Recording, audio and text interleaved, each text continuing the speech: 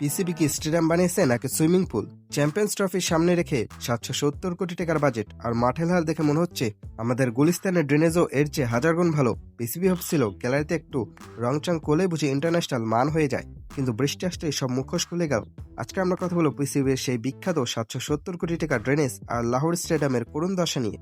PCB ঘটা করে জানিয়েছিল প্রায় 770 কোটি টাকা ঢালা হয়েছে স্টেডিয়ামের পেছনে। সাধারণ মানুষ ভাবলো এবার বুঝি এমন ড্রেনেজ হবে যে আকাশ ভেঙে বৃষ্টি পড়লেও আধা ঘন্টায় খেলা শুরু হবে। কিন্তু কিসের কি, 2 ঘন্টা 10 মিনিট ধরে আম্পায়াররা ড্রাগন বল জি এর মতো শক্তির খোঁজ করলেন, মাঠকর্মীরা তোয়ালে দিয়ে মাঠ মোছার চেষ্টা করলেন, কিন্তু কাজের কাজ কিছুই হলো না। ম্যাচ পরিত্যক্ত।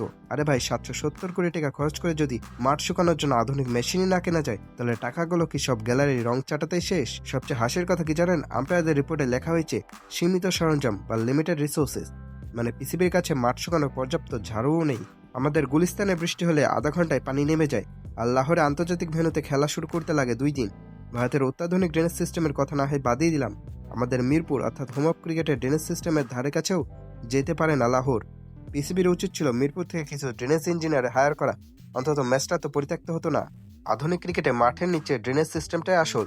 লাহোর স্টেডিয়ামের এই দশা দেখার পর আইসিসি কি আসলে ভরসা পাবে?